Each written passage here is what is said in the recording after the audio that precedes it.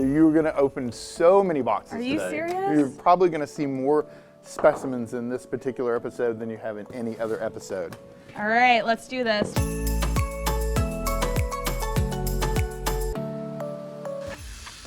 If you shine a light on me, you'll see the result.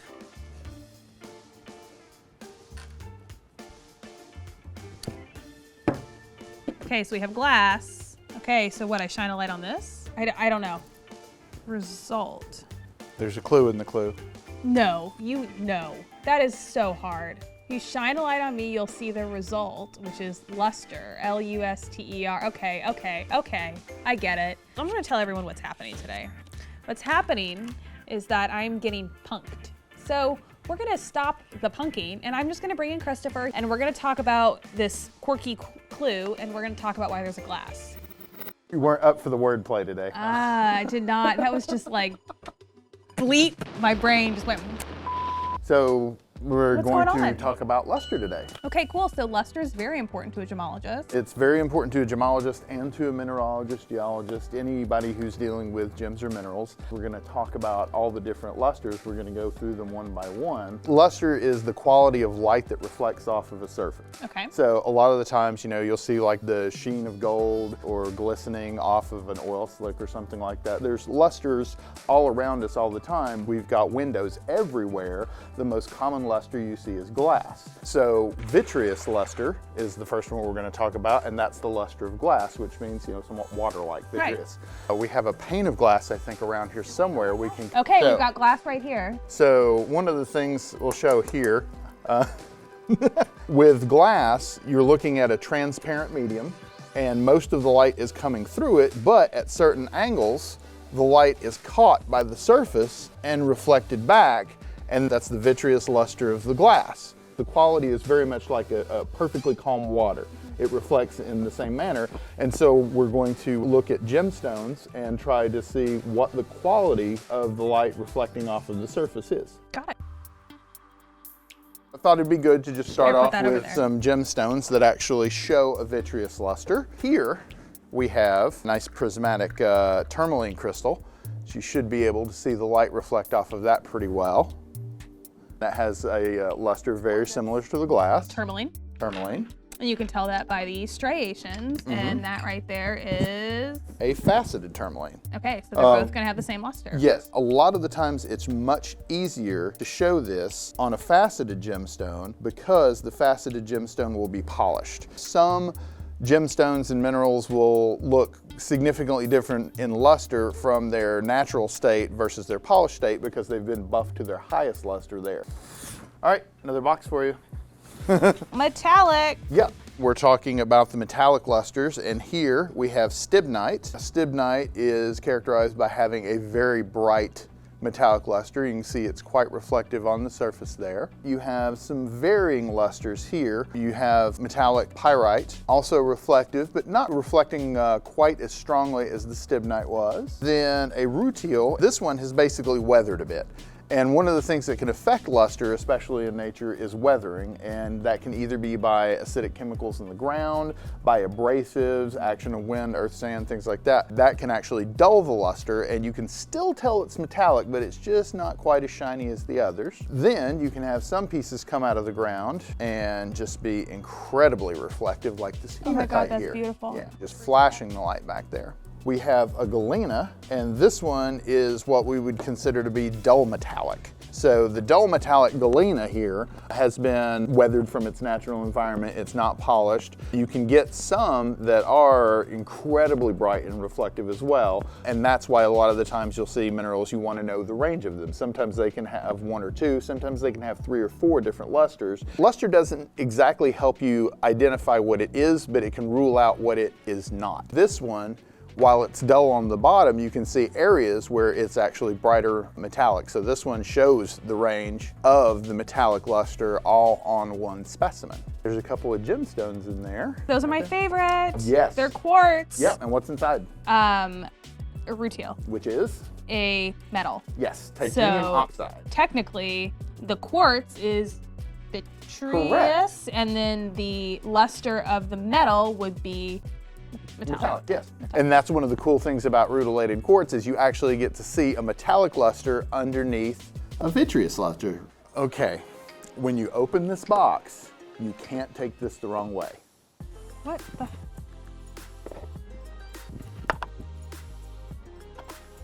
Good job.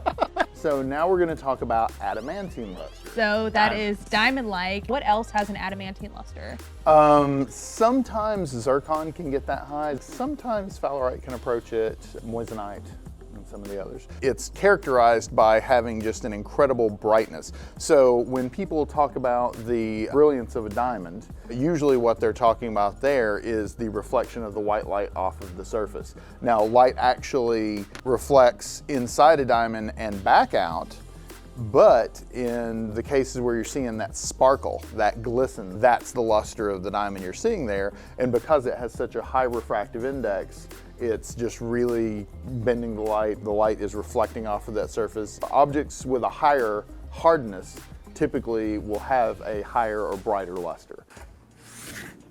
All right, we got some synthetic sapphire right there.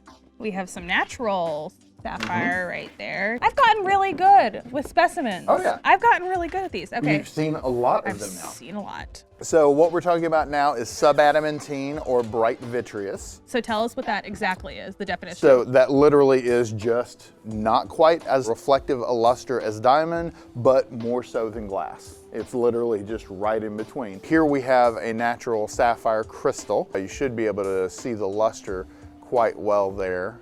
You can also see it really well in the boules. Quick definition of boules. A lab-grown crystal is called a boule when it forms in this cylindrical shape.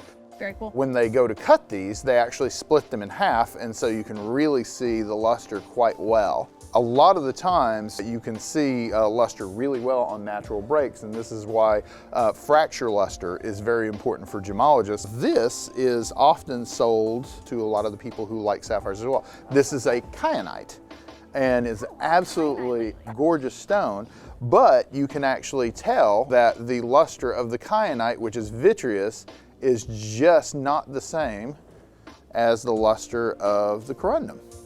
It's important to know that when you're doing gemstones because you can literally just look at the reflective quality and know that just something's not quite right there. It's also very important if you have any gemstones that have been filled with glass, you will actually be able to see the striations of the glass because the luster of the glass in the corundum will be lower than that of the surrounding sapphire or ruby. This is fun.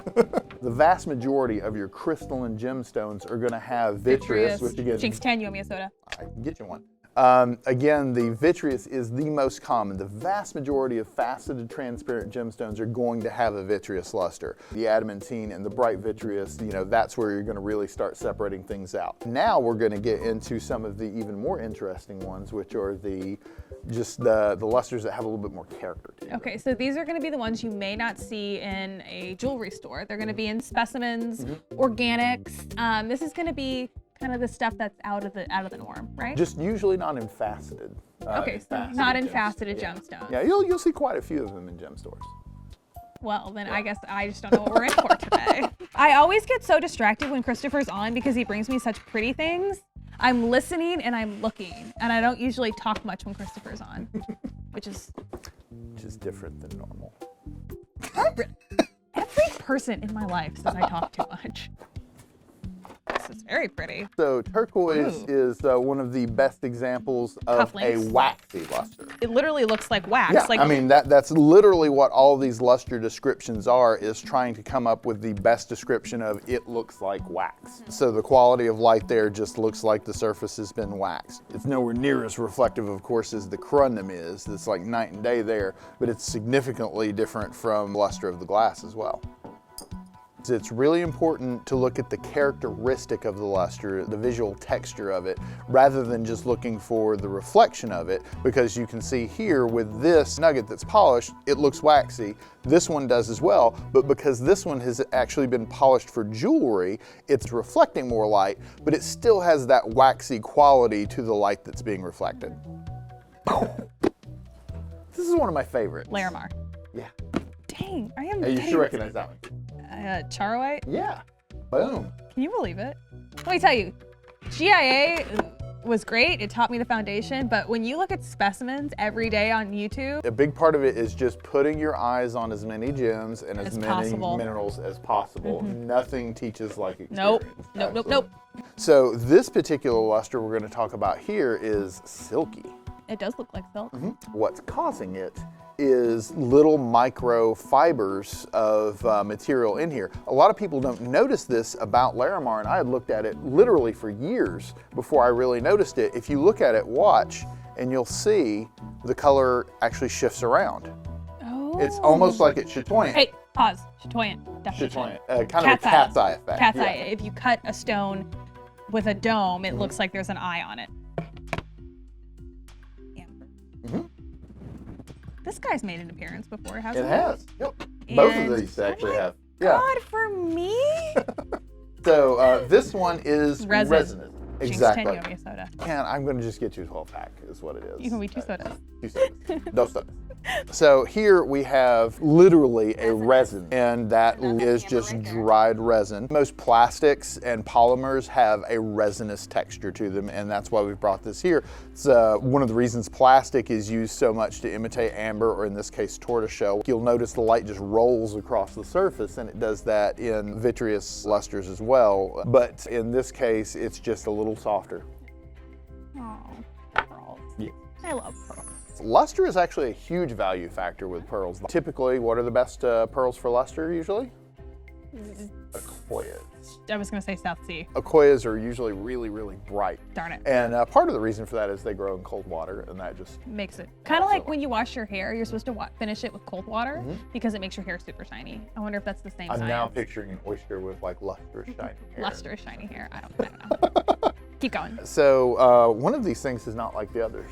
One of these things is not quite the same. That one looks duller than this one. Yes, And I it think is. that's because those are, Not genuine. that's what I thought. These are natural pearls, rosebud pearls. The pearly quality, it's a soft sheen. The light, when it goes through the layers of the conchylon and the aragonite that makes up the pearl, the light enters the pearl and scatters and then reflects back out. And some of that light reflects off the surface, but it's that scattering of the light that gives pearls their unique glow and their unique luster. You can have low lustered pearls. Usually it's because the surface isn't as tight. It may be pitted, it may just have a rougher texture. The luster of a pearl is all about the surface of the pearl.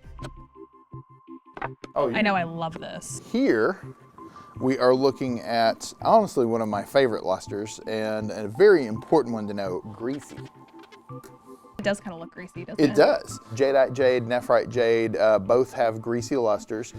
Here we have a nephrite jade, and here we have a jadeite jade. Here we have, if I remember correctly, this is a Guatemalan jade, Guatemalan blue or Olmec blue. That's beautiful. Absolutely beautiful. It's a little bit rougher of a polish, but you can still see that greasy luster to it. This is actually not jade. This is chalcedony. Oh, okay. So this That is a makes sense. quartz, and while it is a microcrystalline or a multicrystalline quartz, you can see that there's definitely a higher luster here than there is there. Rub your thumb across that. It feels greasy.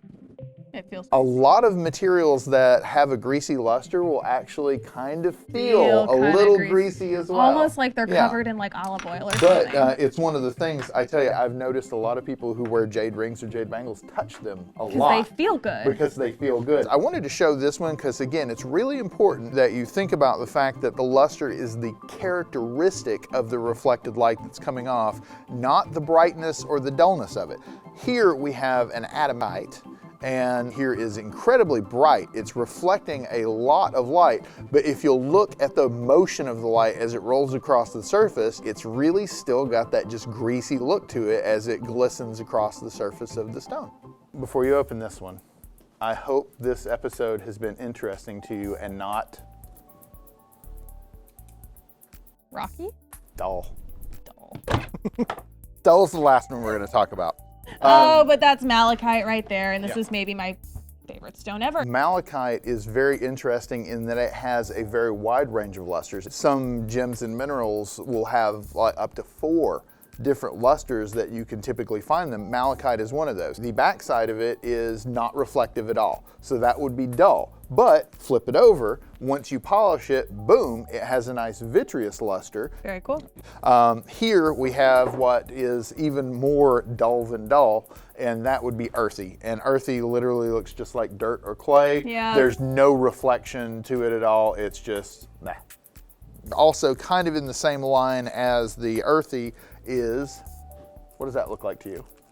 Chalk. Exactly, chalky. So this is rough, no, it's rough turquoise. I never would have guessed Yeah, that. So light. there's all sorts of different qualities of turquoise, and some turquoises are very, very porous. And because the surface is more porous and more powdery, it doesn't reflect much light, and therefore you get that really powdery, chalky luster.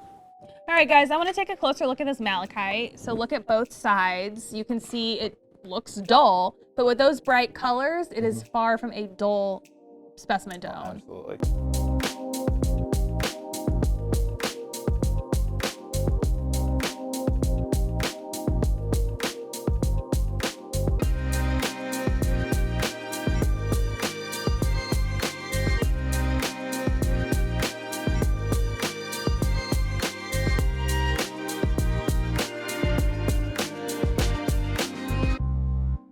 All right, guys, if you want to see more, don't forget to like, subscribe, and ring that bell. Christopher, thank you for coming on. I'm a little overwhelmed with all the boxes and specimens. It was a lot. It was a lot, and Christopher owes me 2 sodas. So comment below with 2 soda emojis. Tell me what soda I need to bring her. What do I need? All right, guys, thanks so much for watching. We'll catch you later.